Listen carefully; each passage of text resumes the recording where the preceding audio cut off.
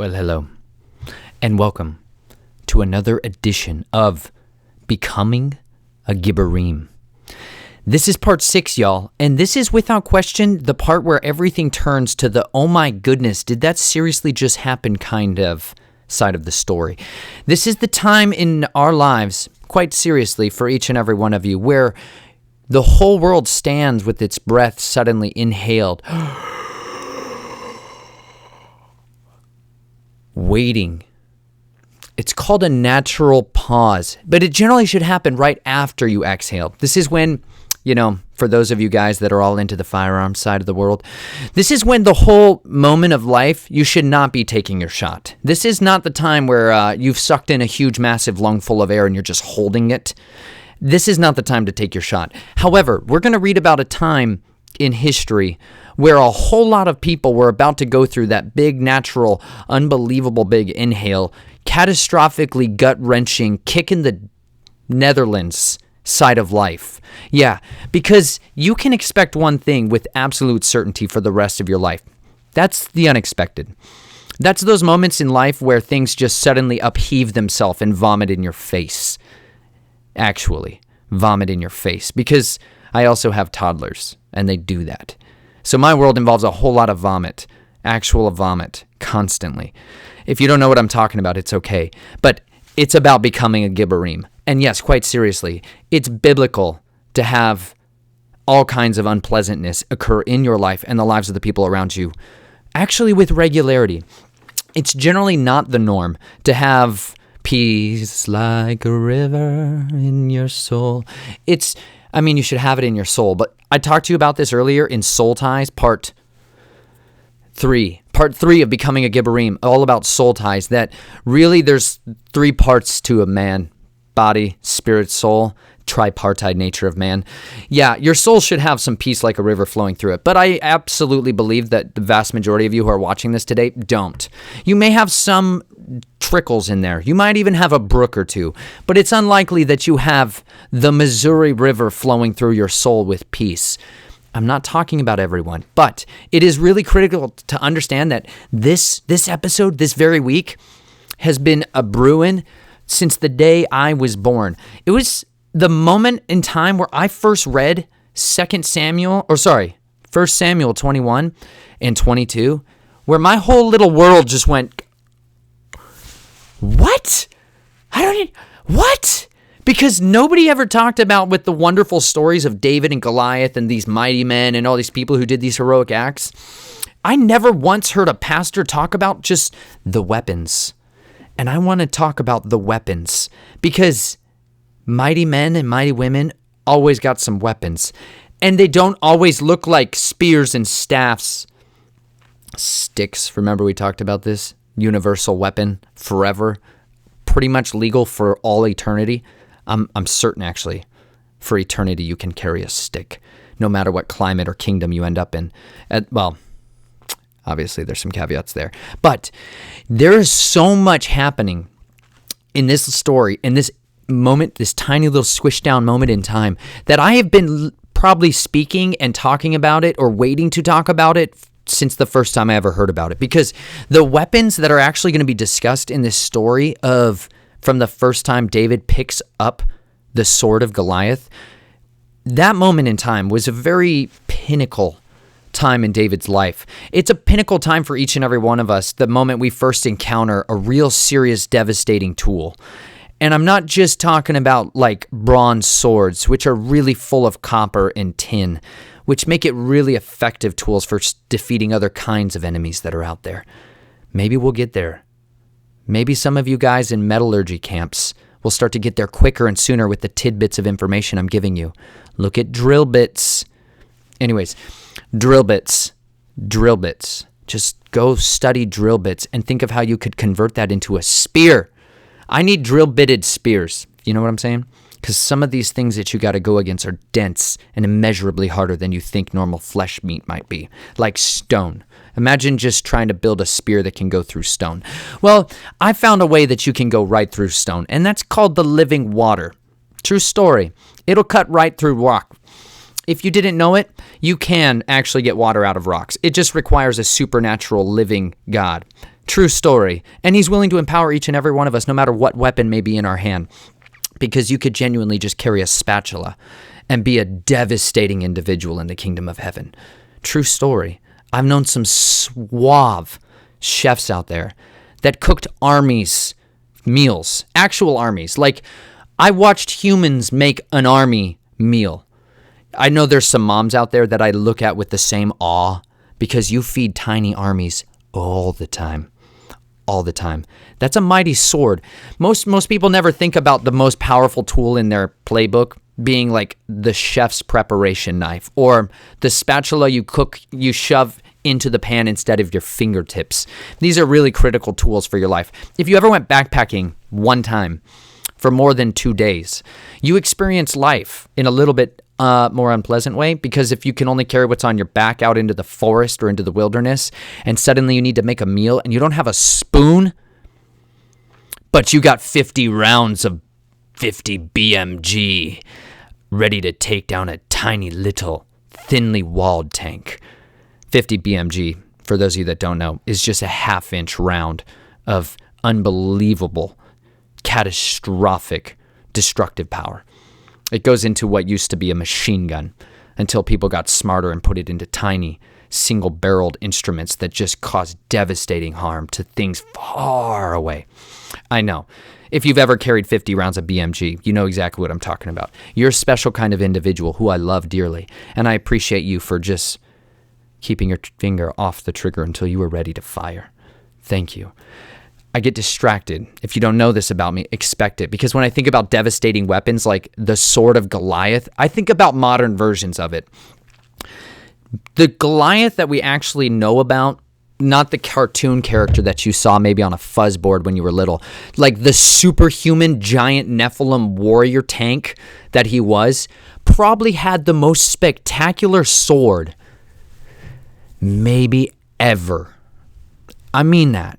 Because there's certain kinds of tools out there that are genuinely earned through mighty acts. Like, you have to go through something or do something so exceptional, so rare, so unique that it causes those around you to bestow on you something equal or even greater in potential.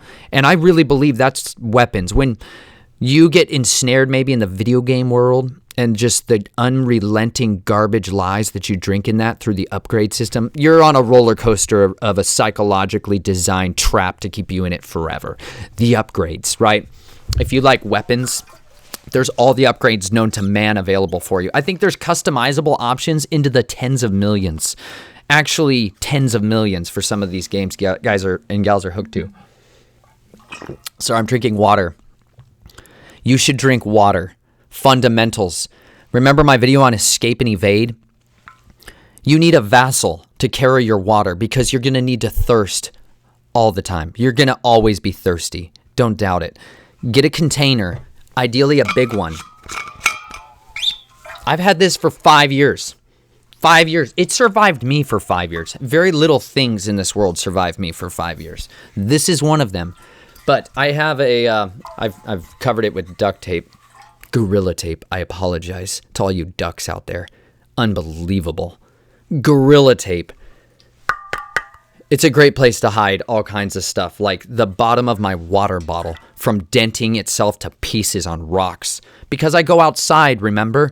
Get outside. If you haven't done it today, I don't care what the weather even remotely looks like where you're from. Just go out there and get uncomfortable for at least 3 to 6 hours a day. It'll change your soul. It'll dig a new well in your soul for those rivers to flow. True story.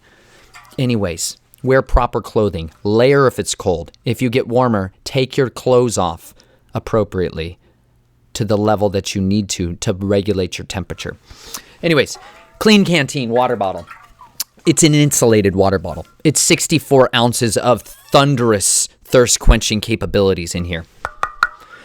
And I covered it, of course, with my cordage. This is 550 cord. By that, I mean it's 750-pound military-grade parachute cord. It's advertised very well by human beings falling out of the sky. Have you ever trusted your life to a piece of fabric and cordage? I have. Never jumping out of the sky, though. I would love to. If any of you ever would like to, invite me for some high altitude jumps. I've climbed up there. I've just never jumped from up there. Do you know what I mean? If you would ever behoove yourselves to invite me, I'd come along with dandy quickness and sure-footedness that comes from the Lord. But I covered it with paracord. I wrapped it around like yay, and then I wove this separate handle into it. That's just a normal paracord bracelet I wove back and forth 3 times, and I turned it into a giant, thick, caterpillar-like creature that I then wove into it this way. It's hard to do, but it's well worth it. Your water bottle should have a handle. If your water bottle doesn't have a handle, I don't know what you're doing with your life. Get a handle on there. It takes some challenge and difficulties, but I did it once, wrapped it up super tight, quenched it in cold water to shrink a little bit of the paracord, because it does shrink a little, but it endures. So now I have a vessel to carry my water continually, anywhere I go, no matter what happens. It's inordinately heavy. It's probably unnecessarily heavy, but when it's hot, I like cold water. When it's cold, I like cold water. The end. Swords. Goliath's sword was earned, I guarantee it. By that I mean through my most basic contextual abilities to observe what happened at that time from a distance of a couple thousand years. David earned his sling by probably braiding it out of leather. It was most likely leather from probably one of his sheep, maybe a cow or a goat. Maybe goat. Any slingers out there can let me know what's your favorite slinging leather. But Goliath had been a man of war, it says in 1 Samuel. It said he'd been a man of war since he was a youth. So since David was yonder lad, bouncing about the hills, slaughtering lions with a stick, maybe, or just his hands because he's a hoss. By that I mean he's tiny and very quick to get around the guard of a lion and get on its backspace and then choke down on their throats like it's going out of style. David, that little scampery youth. But Goliath was born into war. And that's just not a little bit of a thing. There's cultures that have been going on for a long time that just raise their children up from the day they're conceived to be a warrior. And like warrior children are real. Any parent out there that has a strong-willed child, and not just a little bit, like the immeasurable fortitude strong-willed children, you know exactly what I mean. Some of you children were born warriors immediately, without question, and they were made for that, and they should be trained and raised up to do that. But back in the days of Canaanite, pagan idolatry, and mass constant warfare, and this is the types of lands where families settled disputes with spears. Exceptional, interesting, and more gentleness, I think, was used in the mouth speech. But Goliath was raised from his youth to be a warrior.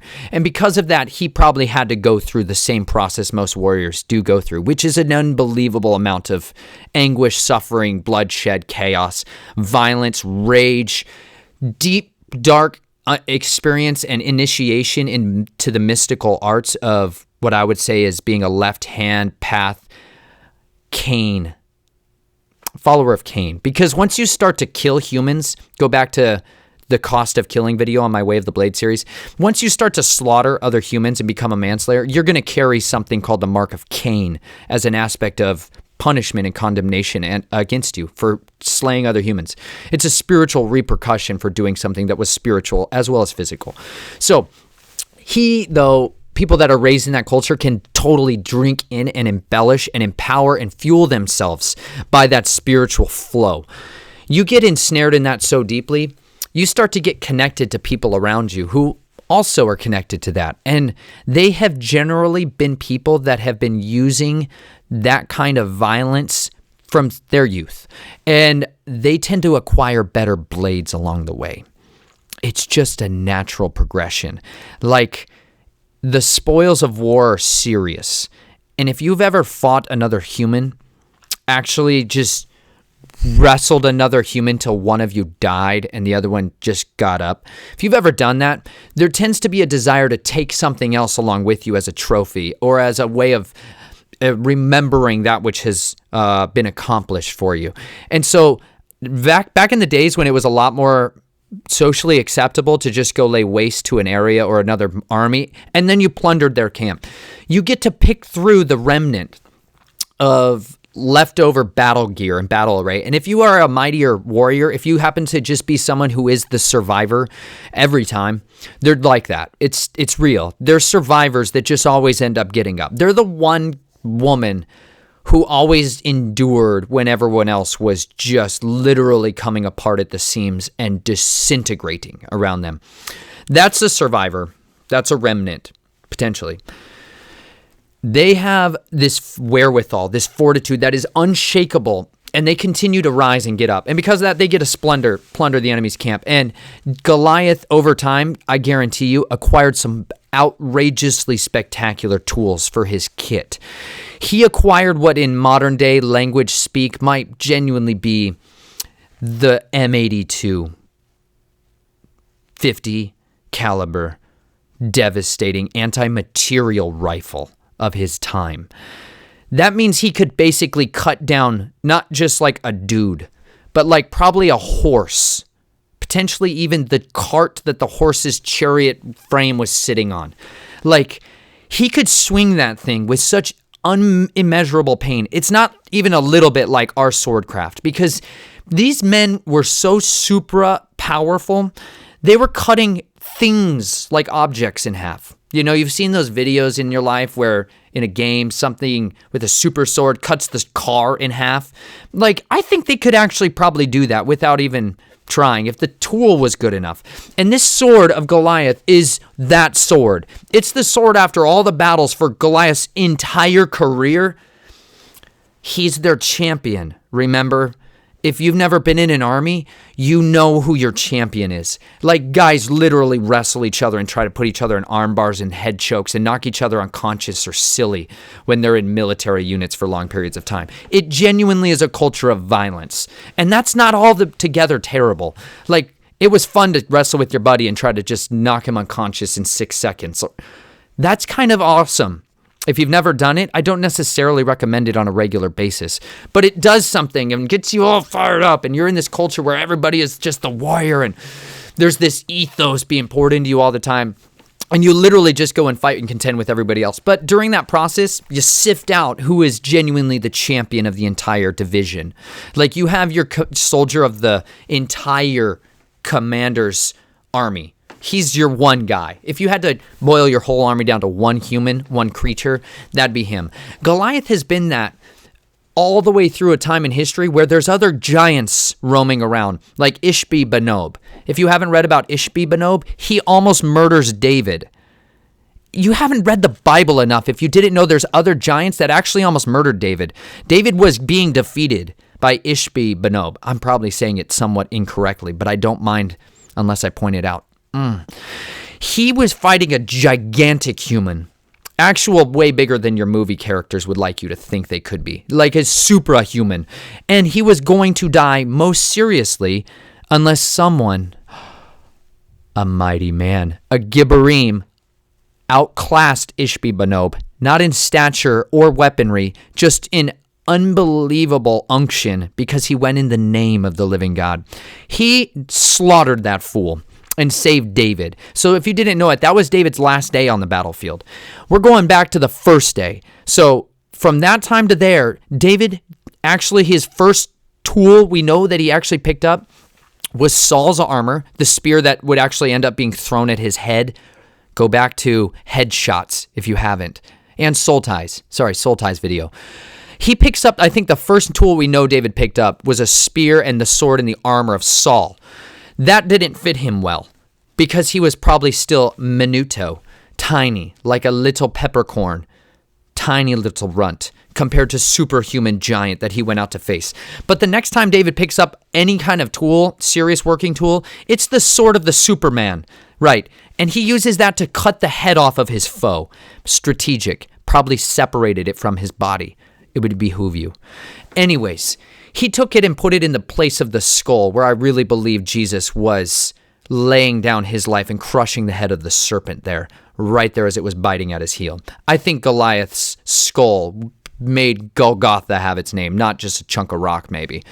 But I think the Father's more powerful at naming things than we are, personally. That being said, David took that sword with him, and he took the head of Goliath with him. But he took that sword, actually, and he dedicated it. You ready? Let's dive in. I'm going to read all the way ahead and try not to get too interrupted, but this is the most exciting sword talk I've ever heard in my life. Why do people not talk about super weapons and swords out of the Bible? They're way more fascinating than most everything else in existence. Most of you sword people are smiling and grinning like a cheetah just before it stalks something on the game. Let's go. Okay, so if I left you before, Jonathan and David say goodbye. They're soul-tied buddies, battle buddies for serious. Well, they just saw each other for the last time alive. The next time David hugs his buddy, it will be his bones. It will be his best friend's bones. So that's true, and that's the reality. But David doesn't know that yet, so he's skipping along on his egress, escape and evade. That's his plan right now. While he's out on his journey, he thinks, I need to resupply. Smart move. If you don't have in your network resupply points, you're basically SOL. That means you're out of luck, son. And not by luck, the pagan luck. I'm talking about you've made a poor decision about setting up a good friends list ahead of time. David set up a really solid friends list ahead of time. But the main one he knows, Samuel, he already did that one. Saul came there and tried to kill him there. That didn't work out so well for Saul because Samuel had the unction of the living God upon him. And so Saul prophesied till he was naked and unable to slaughter David. That was pretty spectacular. But now we jump ahead into the story where David's going to go run for some weapons. And I don't know specifically that he just went to the priests here for his swords, for any weaponry, but we know he went for bread because genuinely you're hungry when you're on the run. So you should genuinely find ways to make friends who have bread. Make bread. If you're not a farmer, consider being a farmer to people who carry swords. You can work together in mighty ways. So, I'll read the last verse. Jonathan said to David, go in safety, inasmuch as we have sworn to each other in the name of Yahweh, saying, Yahweh will be between you and me, and between my descendants and your descendants forever. Then he rose and departed, while Jonathan went into the city. Then David came to Nob, to Ahimelech the priest. And Ahimelech came trembling to meet David, and said to him, why are you alone, and no one with you? David said to Ahimelech the priest, the king has commissioned me with a matter, and has said to me, let no one, I'm going to burp. It's going to be uncomfortable. I apologize for this ahead of time, but man speak. Let no one know anything about the matter on which I'm sending you, and with which I have commissioned you. And I have directed the young men to a certain place. Now, therefore, what do you have on hand? Give me 5 loaves of bread, or whatever can be found. And Ahimelech answered David and said, there is no ordinary bread on hand, but there is the consecrated bread. If only the young men have kept themselves from women. David answered the priest and said to him, surely women have been kept from us as previously when I set out, and the vessels of the young men were set apart. Though it was an ordinary journey, how much more than today will their vessels be set apart? So the priest gave him consecrated bread. For there's no bread there but the bread of the presence, which was removed from before Yahweh in order to put hot bread in its place when it was taken away. Now one of the servants of Saul was there that day, detained before the Lord, and his name was Doeg the Edomite, the chief of Saul's shepherds. Enter the genuine worst guy, period, in the story. Way worse than Goliath. Way worse than Goliath. People think Goliath was the bad guy. Doeg, I will refrain from unpleasantries. Doeg the Edomite. He's the chief of Saul's shepherds. Okay, this is a wolf in sheep's clothing, right in this. If you thought that you had to go to the New Testament to find wolves in sheep's clothing, read from the beginning of the book to the end. Good gracious. There have been wolves in sheep's clothing since Cain. Yeah. What? Cain? It's not like he established a priest class, did he? Enoch the evil, like the son of Cain? You don't think he was the one writing all these horrifically Enochian magic, Babylonian Talmudic trend? If you didn't know that Sumerian magic and all of the nonsense and horrific ruse of the world that we're under came from Cain. It came from the line of Cain's knowledge, not just talking about like loin Cain, not talking about Cain's loins, just talking about like the way of Cain. There's a splitting that happened right back at the serpent in the beginning to the end. And you got to understand, this is where a whole lot of our naughty doctrines came into. Doeg the Edomite, primary garbage, just human in this case, for real. This guy is the worst case scenario for you when you're on the run. Without question, this is the one loose end out there. And I'm just going to say that phrase. I'm going to pause on that phrase. If you don't know what a loose end is, all right, I'm going to try to say this without getting in trouble. You know what I'm saying? Okay, when you're on a mission, when you have been sent out in a special project, per se, and you're going after an individual, and they happen to have other people around them who witness you doing something that you ought not to have been, you witness you doing your mission. And those other individuals have eyes and ears that they tend to also pair with their mouthpiece and blab and rat you out. Okay? Those are loose ends sometimes. Doeg the Edomite, primary loose end in the history of David's life. I actually mean that. This man will be the cause of the greatest tragedy in this entire life of King David up until way after his fighting days are beginning to draw to their end. This guy is about to cause some of the worst devastation that has ever happened in the priesthood of the living God. He's one bad shepherd. One. And he is about to eradicate the priests and the ones who actually bear the name of the living God with unbelievable ferocity. Doeg the Edomite, primary horrific human. Loose ends tend to be nipped up, okay? It's unfortunate. It ought not to be that way, but it happens for a reason. Doeg the Edomite is one of those characters that you look back on the story and you just wish somebody put a spear through his chest plate immediately. Yeah, the worst kind. Anyways, I've had to experience some of this stuff in my life in an intimate way, and it caused ongoing perpetual problems for many other humans. Okay, then David said to...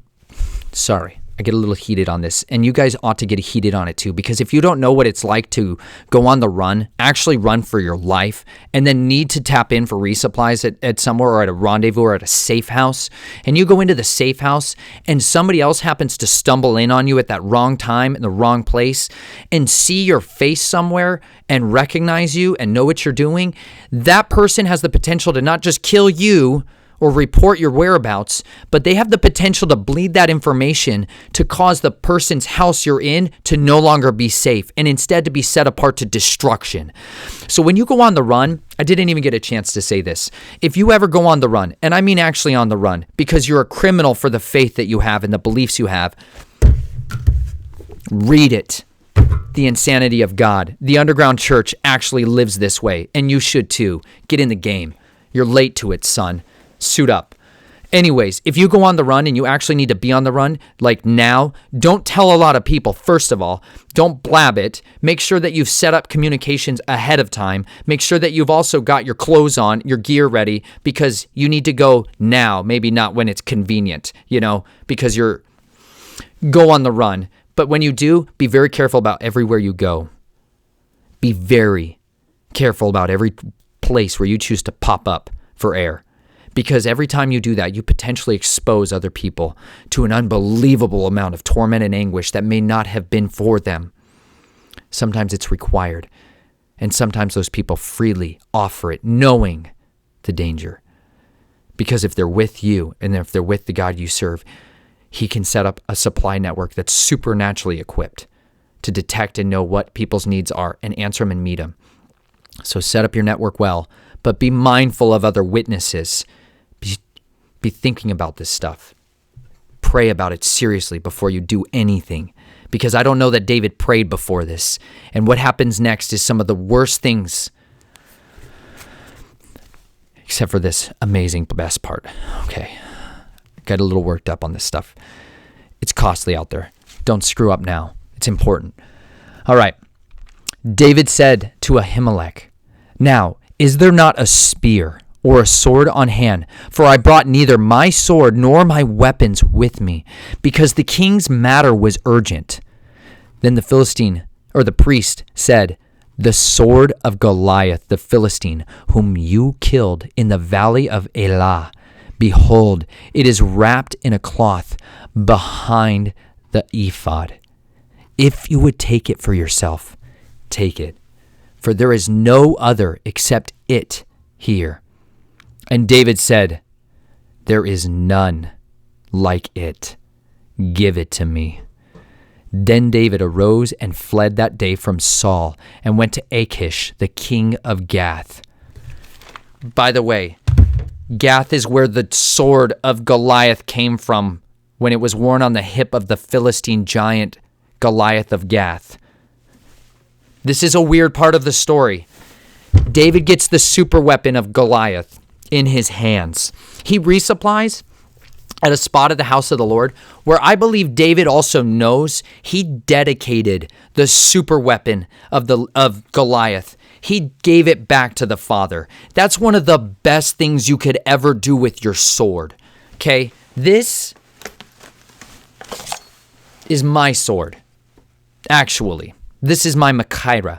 If you don't have a Machaira, get one. If you don't have a good quality sword, sell your stinking gun and get a sword. You can't practically delicately cut fruit with your gun. You can always practically cut basically everything you've ever needed to cut in the history of existence with this. And you can carry it openly and not make people go as much. I understand. This is my sword. My sword, I dedicated to the living God. I entrusted this, everything I could ever do with this, to him. And you know what he made me? A gardener, like a farmer, a vine dresser. Actually, I've been a vine dresser of thousands and thousands and thousands and thousands of tomato vines. Not in number, just the same tomato vines so many times. I see tomatoes in my sleep. Actually, there's so many tomatoes, and they were wonderful. I couldn't use this on those tomatoes, so I used tiny, straight shears, little snips. They were amazing. I sharpened them with radical intensity. I sharpened this with unbelievable dedication and devotion. I don't maintain it to look pretty because I cut trees with it. It's okay. Your blade should look beat to tar. I like that look. It means you use it. Goliath was dedicated first to horrible, wicked, atrocious things, massive amounts of violence and bloodshed, and probably the slaughter of Israelites on a regular basis. Instead, David cut the head off that fool that was carrying it, and he then, I don't know that he actually used it in lots of battles after that. I know he absolutely dedicated it to the Father because it was wrapped in a cloth, and it was placed next to the ephod. The ephod was the priests, the Levites' priests' communication tool. It was his covering. It was the priest's armor, without question. So David's sword is literally sitting next to the armor of the living God all the time. That's charging it up with actual serious spiritual power. I'm not trying to tell you guys that there's such a thing as charged objects. I'm telling you there absolutely is a thing as charged objects. You can supernaturally pour power into objects and it can be contained in them. It's biblical. I'm not talking about making a wand. I'm talking about tools that were used for the Father to help pour himself on us. The same tools like a little knife He can use in all kinds of areas of our life and skills that we already have. And he can pour himself on us and make us a conduit of his spirit. That's what he likes. The enemy has a counterfeit version, though, where they charge objects with spiritual powers. David's consecration of that sword by dedicating it to Yahweh was to set it apart, was to make it holy, because it was not holy before that. But you can take something that once was unholy and offer it to the one who can wash it and purify it and cleanse it and set it apart to do good from that day forward.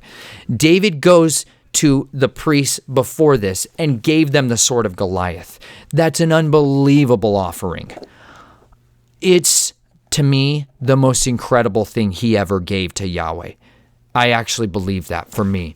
To give the sword of your champion instead of the wall hanger behind your head all the time when people came to meet David.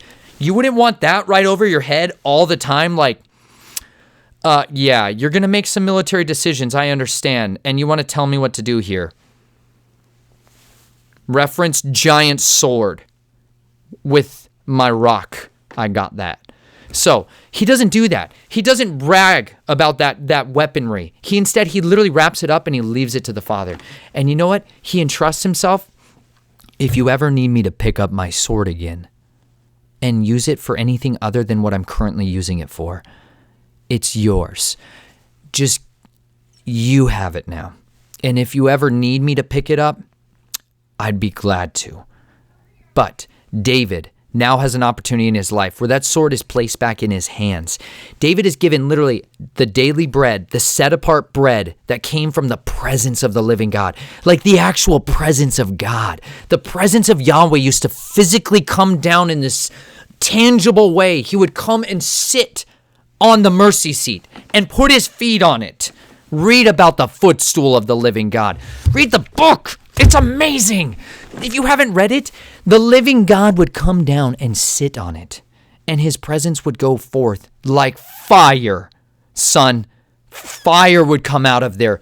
Living, liquid, molten fire, and the glory of the living God, like the real one, not like the holy rollers and this like new age kundalini outpouring garbage that's indwelling so many humans out there under this false pretense of a new reformation. There's such an unrelenting amount of wolves in your flock that fire from another camp has burned into that movement. So be on guard against the wolves. The real spirit of the living God, when it came down, it consumed people and their flesh if they were not in a right standing with him. It is such a dangerous thing. It's the most dangerous thing in existence. Really, the presence of the living God. It's destruction without measure. It's the most powerful thing ever known because it's the set apartness of him. The holiness of God is the most powerful thing ever. And if you get to be in the presence, I believe through our great high priest, the mediator, you can be in his presence anytime when you have need. The purer blood than Abel that cries out covers the mercy seat of sacrifice forever that allows us the opportunity to step boldly into the throne of that awesome, mighty power. That's available to you anytime you need it. David placed his tools right there. The priest, Ahimelech, put his tools right there, okay? They put the daily bread also right there because that was a sweet savor and sweet goodness it is. If you've never had fresh baked bread from scratch from a woman who loved you, I'm sorry for your loss. It's one of the genuine best things known to a man. It will sustain you. So what do you think the holy bread was like? What do you think it was like to eat the bread of heaven? The actual bread of heaven. When you were on the run and more, I talked about that in Escape and Evade. You're never more tired in your life and you're never more hungry in your life because you've probably not burned 15,000 calories in a day recently, have you? Have you actually burned 15,000 calories in a day before? I know humans who do this, not a little bit. Like guys who go for days, weeks, and months at caloric intakes of 8 to 10,000 to just barely kind of maintain a starvation level because they're using their bodies so immeasurably hard. You can do more with your mind's use of your caloric intake than you can with your body, okay? You can toast yourself in a totally different way for ongoing periods of time when you're in a mighty man stance. You're going, man. And if you've ever gone on the run with actual fortitude to physically run for 150 miles, go look into long distance ultra marathon guys. That Natural Born Heroes was a great book I recommended previously that deals with humans like that. Endurance feats. Study them. The human capacity is more exceptional than anything you ever actually believe because you've listened to too much Disney mind control garbage and you've been filled with an image of what makes a Superman super. Kryptonite and other angel Kal-El and these other nonsense, folks. The living God talks about what makes you mighty, and it's his set apartness. It can come on you at any time, and a single morsel of your daily bread could sustain you for 40 days and 40 nights. I read about in 2 Kings, 1st and 2nd Kings, Elijah. Elijah gets a meal from an angel, one meal, actually 2. He breaks bread with an angel. I'm pretty sure potentially the angel of the Lord. Capital L's, capital O's, capital R's and D's. Maybe the living God's Son on this earth. It's called a Christophany. Look into it. Jesus shows up in the Old Testament and the New from the beginning to the end. It's incredible. Anyways, there is this moment where Elijah running straight up for his life. Just after the showdown on the mountain of Carmel, I always think of that would be delicious. But then what goes down there is he challenges 400 of the most unrelentingly powerful sorcerers in Babylonian magical practices in the land during the days of Jezebel, right, and Ahab, some of the worst humans in the history of known time. He challenges them and all these other priests of Asherah, horrible nightmare, terrible goddess worship. Bad stuff, the worst kind. He challenges all those youngins and oldins to a showdown. They end up laying up a sacrifice, and he's like, how about this? One of us makes fire come out of heaven. Deal? Everybody agreed? Be a pretty supernaturally powerful thing? Most assuredly. Got it. They all try it for a long time. They go to sacrificial blood offerings and blood covenants and oaths, and they're spilling their blood because you got to generally spill your blood if you really want to get into the serious God worship. It generally requires always blood. Angels, fallen angels especially, need blood. They don't have it. They need it in abundance. That being said, they try to do this showdown.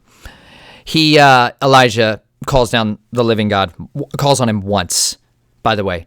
The fire comes down and burns up the dust. I don't know if you've ever seen fire burn dust. Apart from starting fires with massive quantities of, if you didn't know it, flour. Flour carries fire. Like, do you see what I'm getting at here? Anyways, the flour, it's exciting. He pours out his fire, and it consumes even the dust of the earth, the stones. It like licks up all the water because he poured so much water on it to try to be like, nobody can argue that just lightning came down and did this. He douses the entire offering in water. And then fire comes down out of heaven that is so serious and so powerful, it consumes stone. Like, even if their armor's made of stone, and I'm trying to tell you guys something, if you're not paying attention, their armor's made of stones, actual stones, because it's a lot better to just cover your entire body with ceramics, right? Don't we do that? Yeah, well, the badder armies of your serious, soon-to-be present tense, yeah, they have stone for their armor. It's really effective. It's shockingly effective. It's better than most anything man's ever made. Look up corundum armor. If you haven't started looking at and finding ways to weave sapphire and rubies into your armor, you should do that immediately. Make shields out of sapphires and rubies. Actual shields. I'm talking about fibers. Make it fibrous. Make it fibrous and layer it chaotically, like seashells that smash together on the shore. What's it called? Loki, I'm getting ahead of myself. I'm getting into armor talk. I've been waiting a long time to talk to you guys about making better armor. And if you haven't looked at seashells that squish together and crumple together, that tends to be the best way. It absorbs massive amounts of shock because it's got some flex to it. Anyways, stone armor, flour, fire. Back to where we were. Elijah pouring down, Yahweh answering Elijah's request, pouring down fire from heaven.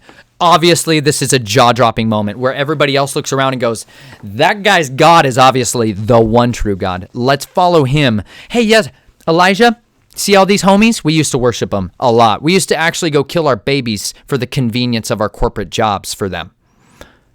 We don't do that anymore, right? Praise God, actually. There's a reprieve. What a mercy. Guess what? They stop and they see the power of the living God out of one mighty man, mind you, one. 650 mighty bad men, mighty Gibborim, like that's 1/600. It's incredible odds. One mighty man, fire of the living God, confirms the word. They all turn, they slaughter all those priests, win, checkpoint. You're moving on to the next level. Then Elijah, he prays and rain would come. And then it does. And he outraces a chariot with, I believe, 6 pulled horses or 4 pulled, a chariot with multiple horses with one king and maybe a servant on it. Elijah girds up his loins and runs miles faster than a chariot. Actually, with his feet, not wheels, because it's mostly foot talk now. Get good shoes and socks. Elijah books it, potentially sandals, because goodness gracious, there are those humans out there. I love you, barefooted runners. Make me like you. Just teach me your ways gently with my supple feet.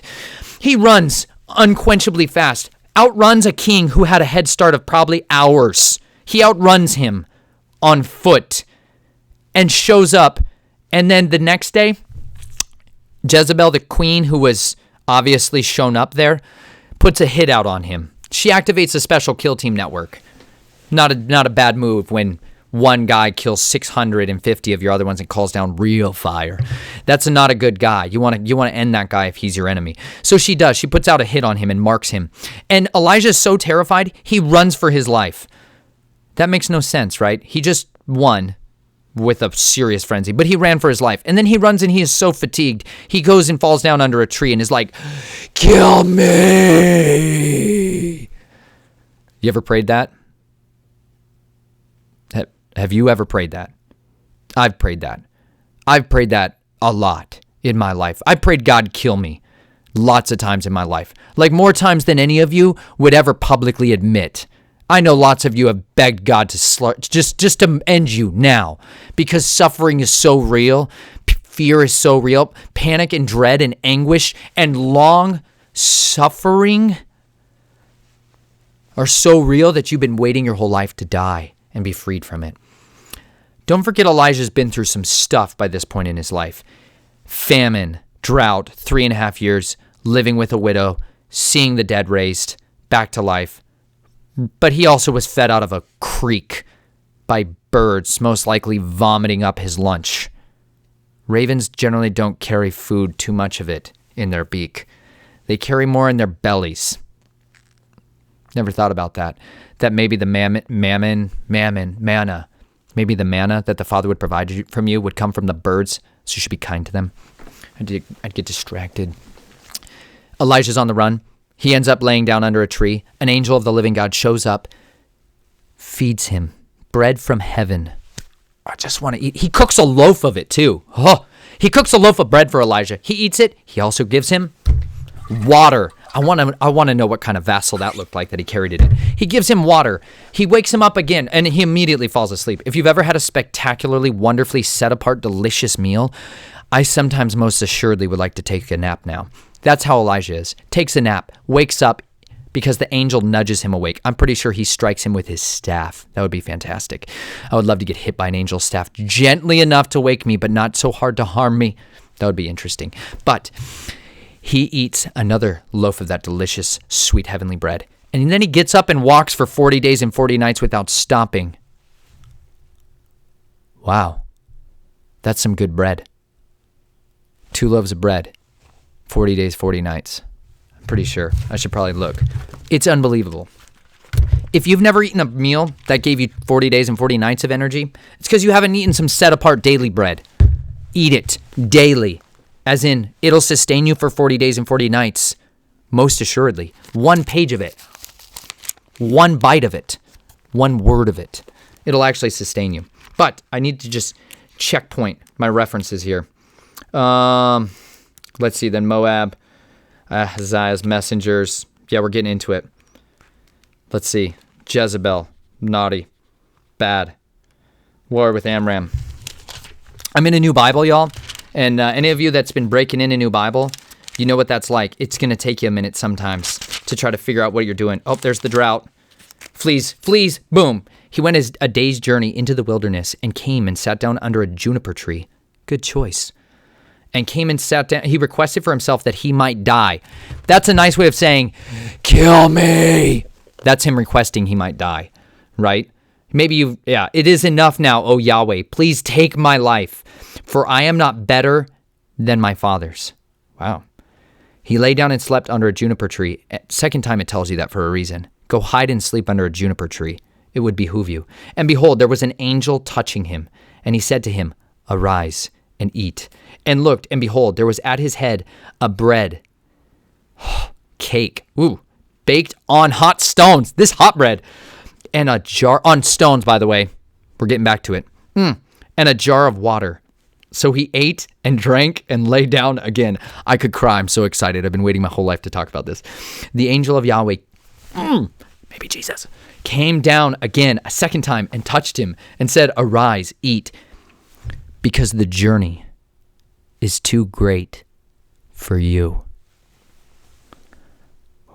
So he arose and ate and drank and went in the strength of that food 40 days and 40 nights to Horeb, to the mountain of Yahweh. Then this is where Yahweh speaks to him in a whisper. He also shakes an entire mountain, but nobody talks about how he shakes mountains. The angel of Yahweh came down and fed him a piece of bread on hot stones multiple times and said, eat because the journey is too much for you. Meaning what you're about to go through and endure, a lot of you actually is way more than you're ready for. You have never once in your life, even if you've thought about it, been ready for what's ahead of you. Not even a little bit. None of us have. Not a single person could actually prepare themselves for the days you are facing. You can't.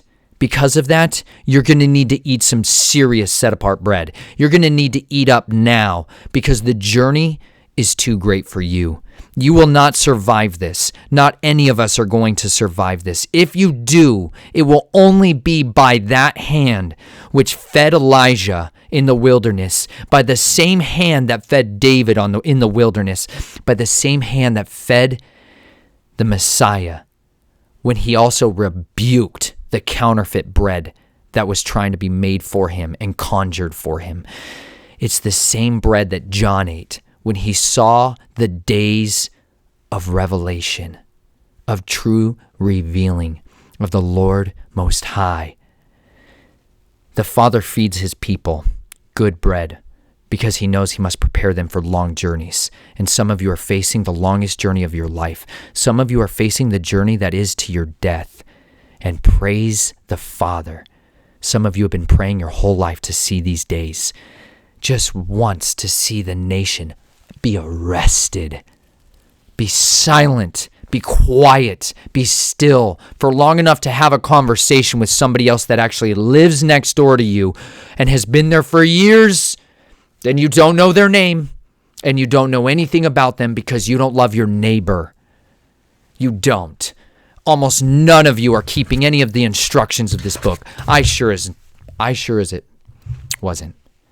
I surely was not.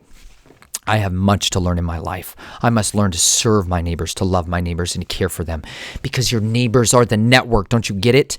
Like your actual neighbors. Because when you can't drive because you refuse to do certain things that are required and mandated now that disagree with your commandments in order to drive about freely, when you can't go about as a free individual, you're going to be home a lot, wherever that neighborhood may be. So you better get to know your neighbors before things turn bad and everybody just reports on everybody else. Like Doeg the Edomite. There's a lot of Doegs out there who need the Lord Jesus Christ to mercifully bless them with people that love them more than they hate themselves. Murderers hate themselves more than they've ever hated anybody they've killed.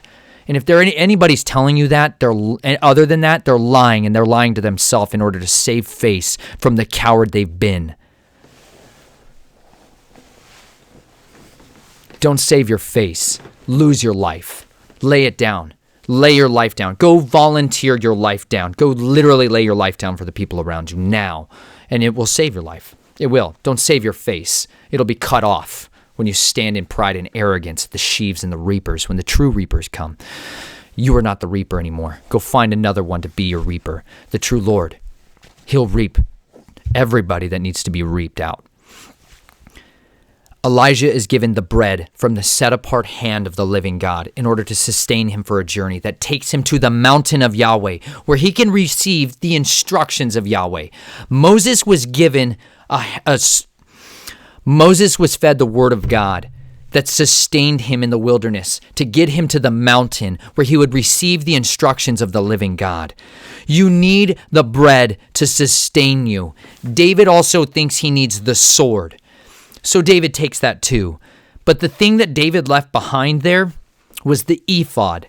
And the ephod, if we actually look to the rest of the story of where we're going in 1 Samuel and 2 Samuel, it's the ephod that gives David the true weapon. Constantly.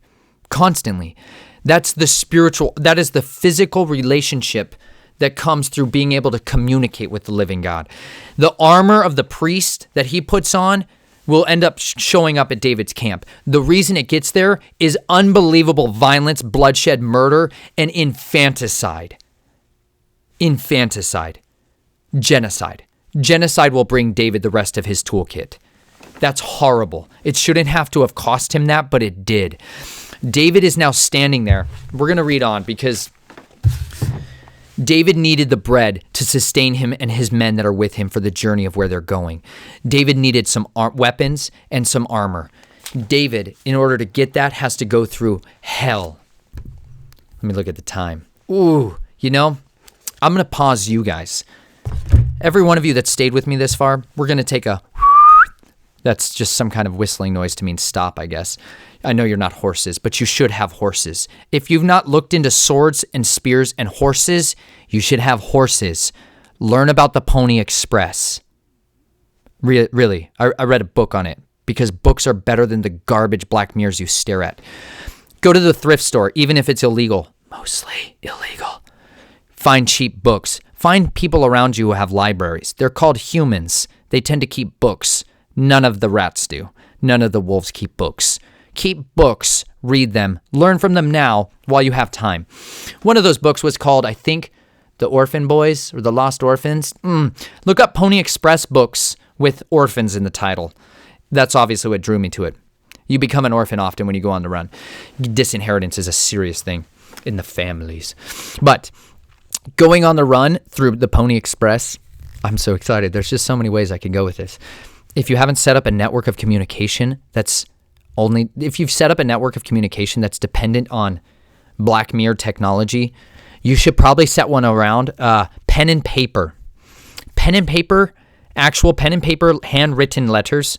You don't have to always do the handwriting, but it would behoove you to learn how to write with your own hand, because you should, by the time, if you really want to be a Gibborim, you're going to learn to write the first 5 books of this by hand. If you ever want to be in a position to potentially be appointed as a king, it was required. It still should happen. Write it out with your own hand. Write information and commands and instructions and orders in your own hand, and you can use a code to do that. Remember, I talked a little bit about this when I talked about escape and evasion, but you could use a cipher. That's kind of like a fancy way of saying codes-ish.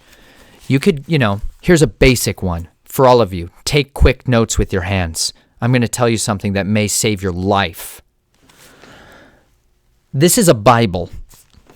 Right. They have page numbers often. Like this one. In my Bible, it's number 266. And that'll lead you to 1 Kings 18, right? Now, say I wanted to write words like ran. Oh, that's going to be hard to find. Say I wanted to use the word the in a code that I was writing out. I would go into my said Bible, prearranged, set up, book cipher, agreed upon ahead of time. And I would say, oh, hey, Is there any thes in here? Oh, you betcha. This is now page, so I would write it out as 266 dash. Then I would count how many lines from the top, sentence lines. 1, 2, 3, 4, 5, 6, 7, 8, 9, 10, 11, 12, 13, 14, 15, 16, 17, 18, 19, 20, 21, 22, 23, 24, 25, 26. So then I would write 26. And then I would go to the word. Then I'd count the word over.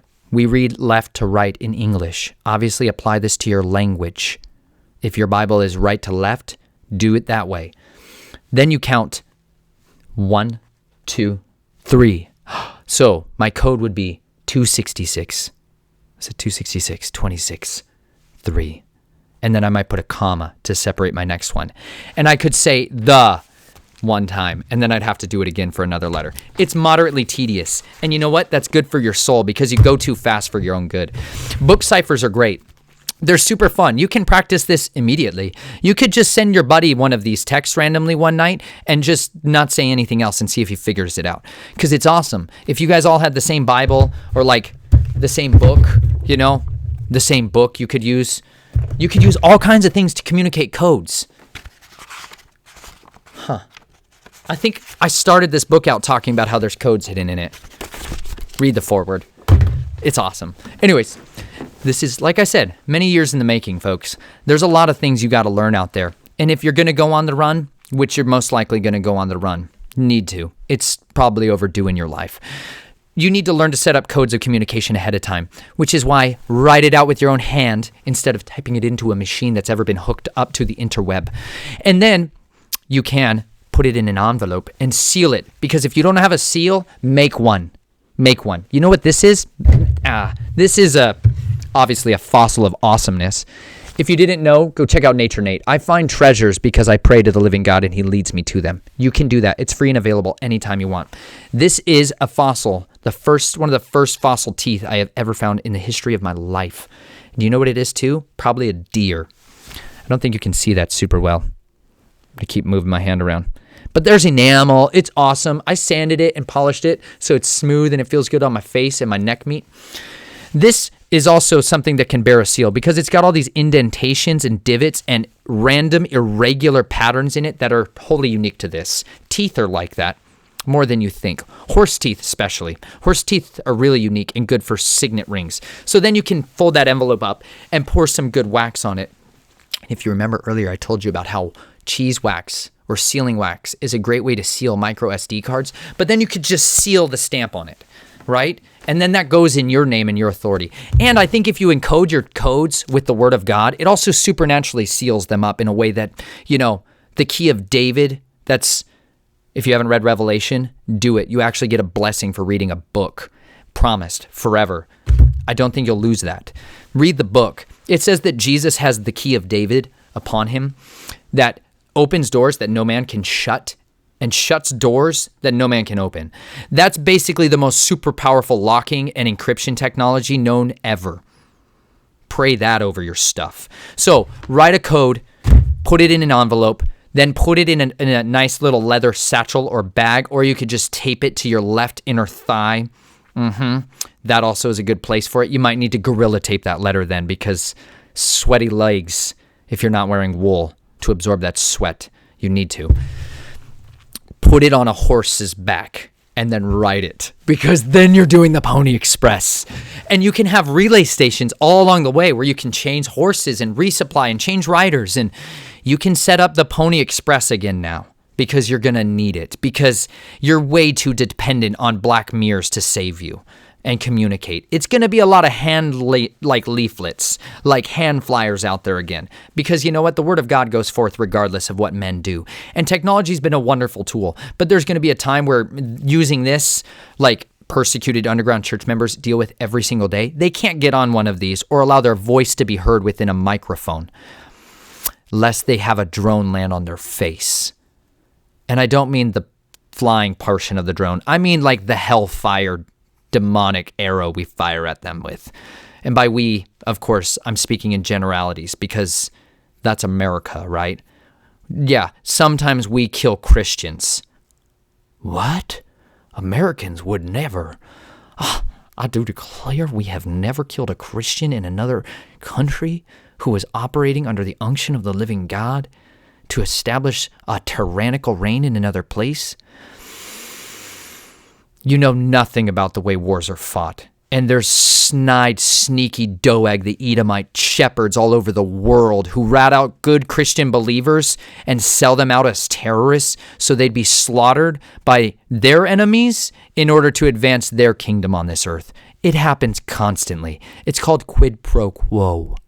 Not a good idea, but it happens with regularity. So instead, underground movements rely on word of mouth. That's this piece, these things, your eyes, books, paper, and less electronics. So think about that next time you go and look at horses, okay? You should look into horses. If you haven't yet, we all need to have horses scattered all across the country on tiny little farms with wonderful pasture lands beyond them. And we all need to learn to ride horses and carry spears, obviously, because look at the thumbnail for part 1 of Becoming a Gibborim. That's an Iberian. If you don't know about Iberians, you need to know about Iberians.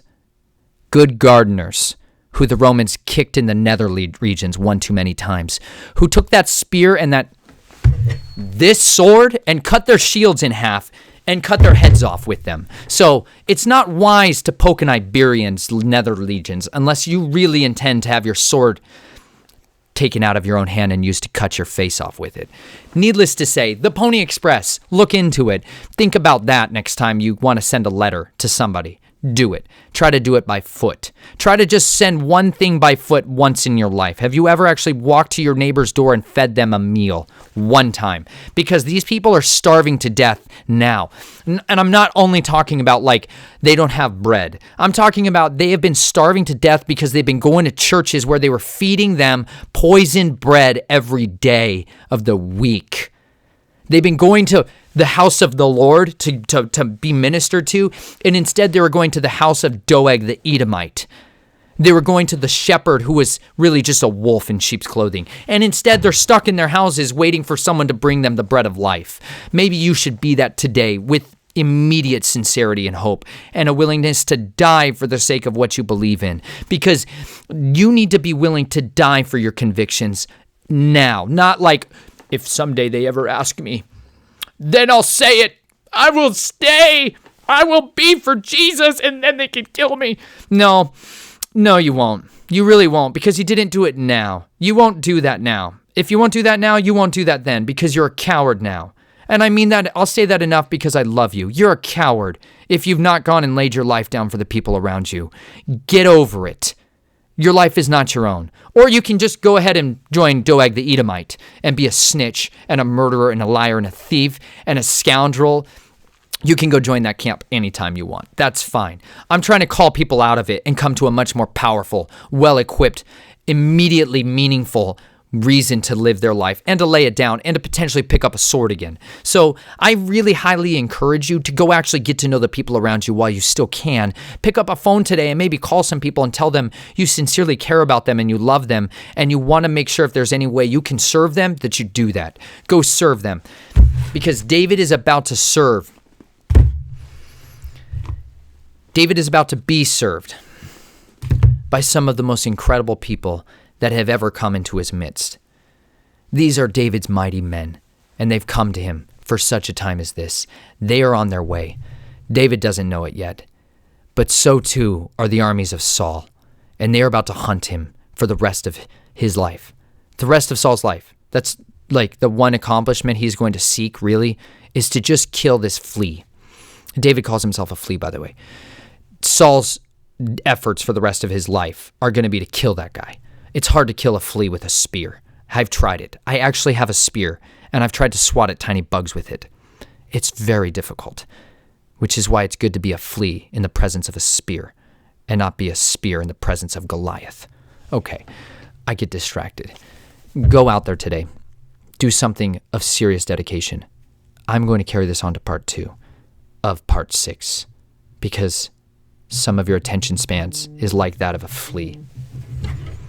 A brother of the blade. Go out there. Be vigilant. Remember, be safe out there.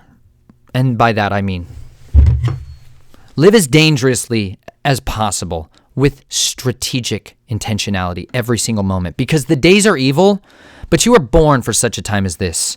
So go find a good sword, and then also find a good tool like this and start practicing with it, because who knows? Maybe you'll one day be entrusted the opportunity to cut through armor that's made of this. Find a way to make this go through this, and you can advance to level 7 in Gibborim talk. I love you. Be vigilant out there, and no matter what, be on guard. Be ready. Put on good socks. Get yourself a drinking bottle, and go eat some good bread. I'll see you soon.